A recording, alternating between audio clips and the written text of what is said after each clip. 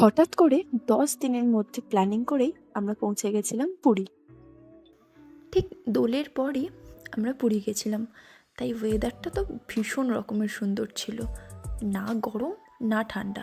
যদিও গরমে আমার কোনো অসুবিধা হয় না।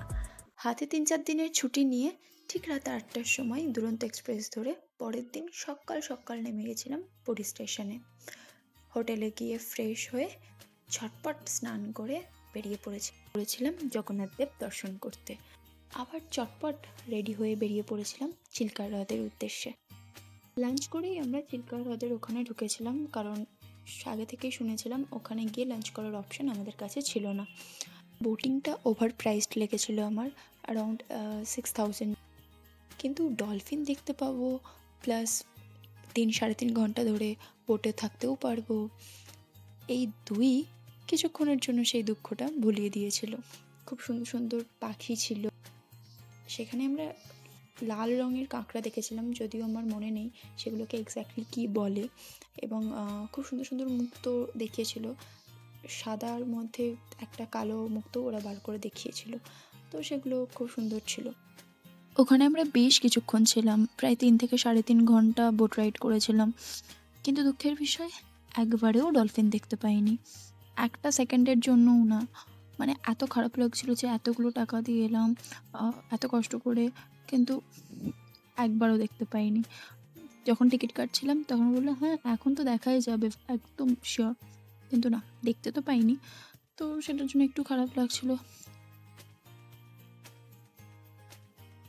চিল্কা থেকে ফিরে আমরা আমাদের হোটেলের কাছাকাছি যে বিচ, গোল্ডেন বিচ, সেখানে বেশ কিছুক্ষণ সময় কাটিয়েছি। সামনের যে মার্কেটটা ছিল সেটাও খুব সুন্দর। আশেপাশে প্রচুর খাবারের দোকানও ছিল, যেমন বিভিন্ন মাছের আইটেম এবং কর্ন, ম্যাগি, চা এবং বিভিন্ন খেলনার দোকানও ছিল। আর সামুদ্রিক যে জিনিসপত্রগুলো কেনাকাটার জন্য সেগুলো তো ছিলই। প্রনের একটা আইটেম খেয়েছিলাম, ভীষণ ভালো ছিল সেটা খেতে। বেশ সন্ধে অবধি আমরা বিচে ছিলাম এবং সেখানে একটু বসে আশপাশটা ঘুরে নিয়ে তারপর হোটেলে ফিরে এসেছিলাম, কারণ পরের দিন সকাল সকাল কোণার্কের উদ্দেশ্যে বেরোনোর ছিল।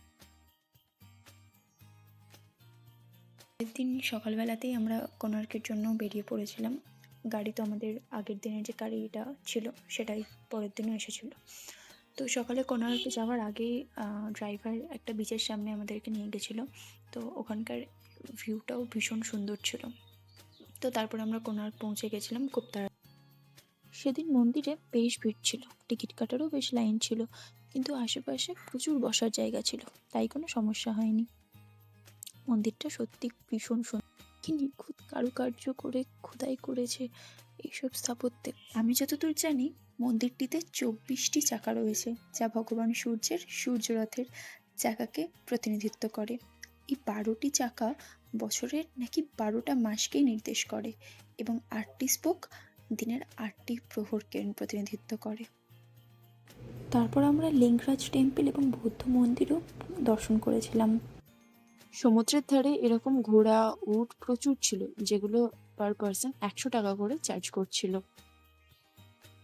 অনেক সাহস নিয়েও আমি চেষ্টা করেছিলাম, কিন্তু আমি পারিনি উঠতে।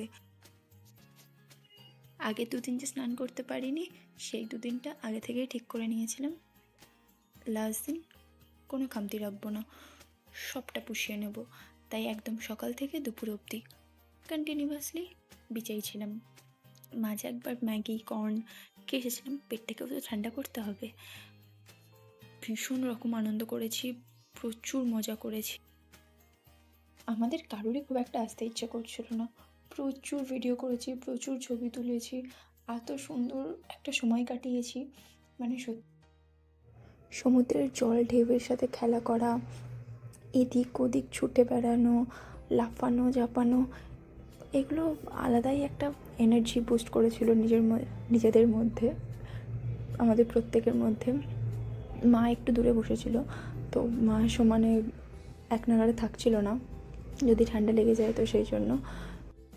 এবং পরের দিনই আমাদের টিকিট ছিল বন্দে ভারতে, তাই সেদিন আর কোথাও বেরোয়নি, ব্যাগ প্যাকিং ছিল এবং সেগুলো করে নিয়ে আমরা চলে গেছিলাম।